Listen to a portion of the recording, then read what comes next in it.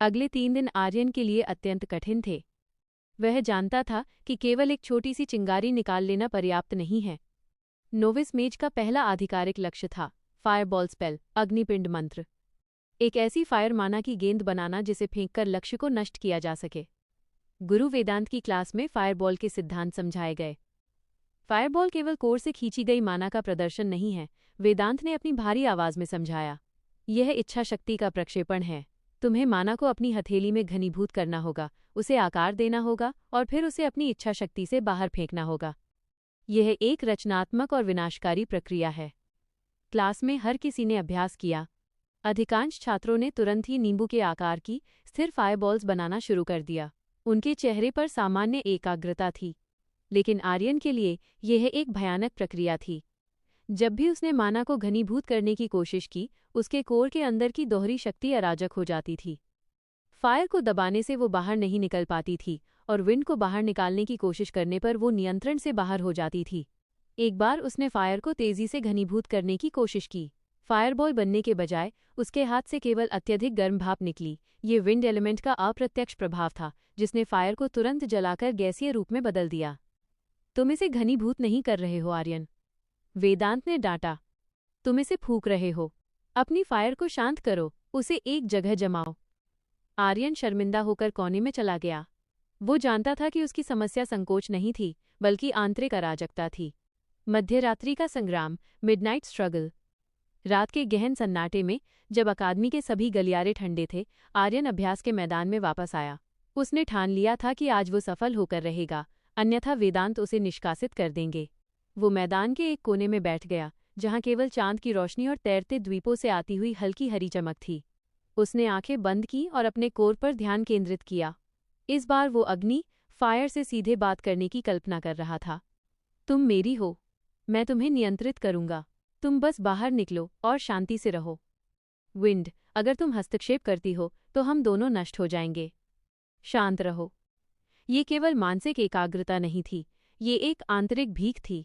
उसने अत्यंत सावधानी से अपनी पूरी इच्छा शक्ति का उपयोग करते हुए फायर माना को अपने चैनल्स में खींचा।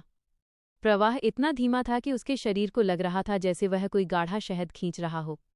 माना उसकी हथेली में जमा हुई। वो जमाव, कॉन्डेंसेशन, दर्दनाक था।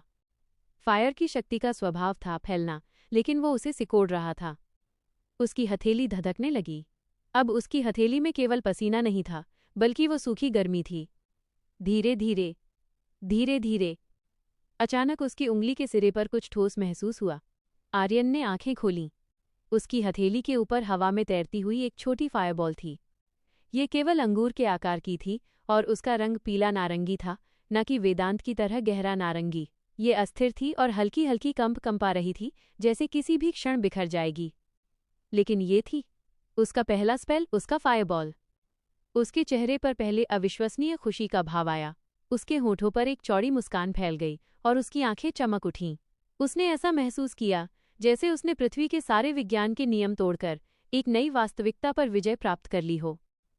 मैंने कर दिखाया, वह लगभग चीखा। परंतु जैसे ही वो खुश हुआ, फायरबॉल और तेजी से कांपने लगी।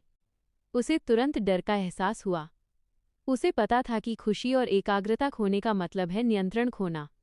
कोर के अंदर विंड एलिमेंट ने इस असंतुलन को महसूस किया था और वो प्रतिक्रिया करने लगी थी। फायरबॉल के कांपने का कारण यही था, विंड उसे खींच रही थी, फायर उसे छोड़ना नहीं चाह रही थी। शांत हो जाओ, आर्यन ने मानसिक रूप से आदेश दिया और तेजी से अपने कोर पर पुनः नियंत्रण स्थापित किया।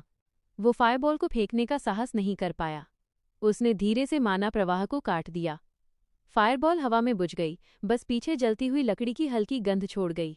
आर्यन ने हांफते हुए अपने माथे का पसीना पोंछा। वो सफल था, लेकिन ये भी जानता था कि उसकी सफलता पूरी तरह से अस्थिर थी। उसे अभी भी विंड के अस्तित्व को छिपाते हुए फायर को सक्रिय करने की कला सीखनी थी। गुप्त अवलोकन, द सीक्रेट ऑब्जर्वेशन। जब आर्यन खुशी और थकान के मिश्रण के साथ अपनी सफलता से उभर रहा था, तो वो पीछे से आ रही माना वेव्स को महसूस नहीं कर पाया। अंधेरे की आड़ में मैदान के किनारे पर खड़ी एक विशाल चट्टान के पीछे गुरु वेदांत स्थिर खड़े थे। वेदांत की आंखें खुली थीं। वे केवल देख नहीं रहे थे, वे माना वेव्स को पढ़ रहे थे। वेदांत को पहले लगा था कि आर्यन की माना वेव्स कमजोर हैं, लेकिन अभी जो हुआ, अजीब। वेदांत ने फुसफुसाया। वेदांत ने देखा कि जब आर्यन ने फायरबॉल बनाई तो उसकी फायर माना वेव्स बहुत पतली थीं, लेकिन उन वेव्स के भीतर एक अत्यंत सूक्ष्म, तेज और कांपती हुई उपावृत्ति, सब फ्रीक्वेंसी थी। यह उपावृत्ति फायर की नहीं थी। फायर गर्म और धीमी होती है, यह उप आवृत्ति ठंडी और तेज थी। वेदांत, एक अनुभवी एडवांस्ड मेज, जानते थे कि फायर माना में ऐसी तेज गति वाली आवृत्ति का कोई कारण नहीं है। यह लगभग वैसा ही था जैसे कोई अपने फायर स्पेल में विंड एलिमेंट का उपयोग कर रहा हो। असंभव। किसी का कोर 2 एलिमेंट्स को संभाल नहीं सकता। यह माना ओवरलोड है, लेकिन वह जिंदा है। वेदांत का संदेह अब निश्चित चिंता में बदल गया था। वो जानते थे कि अकादमी में कुछ बहुत बड़ा और खतरनाक रहस्य पल रहा है, और वो रहस्य आर्यन के कोर के अंदर है। उन्होंने बिना किसी हलचल के आर्यन को वहां से जाते देखा। वेदांत ने अब ठान लिया था कि वो आर्यन को अकेला नहीं छोड़ेंगे। उसे इस रहस्य को जानना था, न केवल आर्यन को बचाने के लिए, बल्कि अकादमी को किसी अज्ञात खतरे से बचाने के लिए भी। नौजवान, तुम जो भी हो, तुम मेरी निगरानी में हो।